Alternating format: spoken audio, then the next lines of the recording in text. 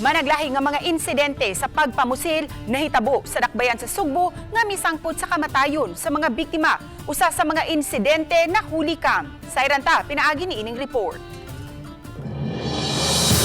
Sa CCTV footage, makita ang usa ka lalaki nga nagbarog kilid sa tindahan samtang giduol sa laing lalaki nga nagbitbit og armas.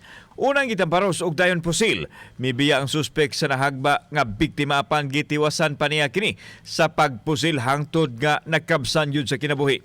Nahitabo kini alas 6 pasado ni adtong Martes sa gabi sa Unit 3 Opera, Barangay Calunasan, Cebu City.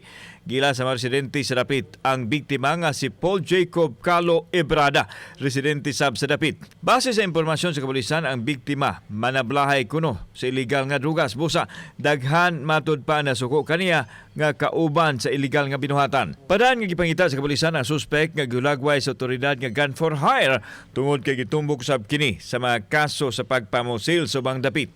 Nabilanggo na kuno kaniadto ang biktima sa Cebu Provincial Detention and Rehabilitation Center. Samtang pasado alas 9 sa buntag kagahapon, Nobyembre 1, adunay gipusil sa sitio Puntod, Barangay Mambaling, Cebu City.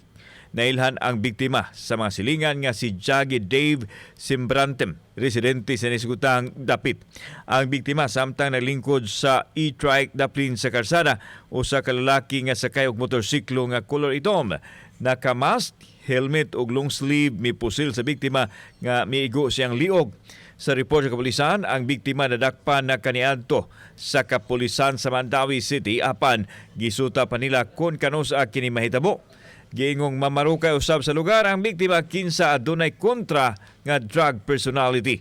Kalambigitan sa illegal nga drugas ang gisubay nga anggulo sa kapulisan may tungod sa duha ka insidente sa pagpamusil sa siyudad sa Sugbo. Samtang nadakpan sa kapulisan ang suspek sa krimen nga positibong giila sa mga saksi. Nakuhaan kini sa mga armas ug mga bala sa iyang posisyon.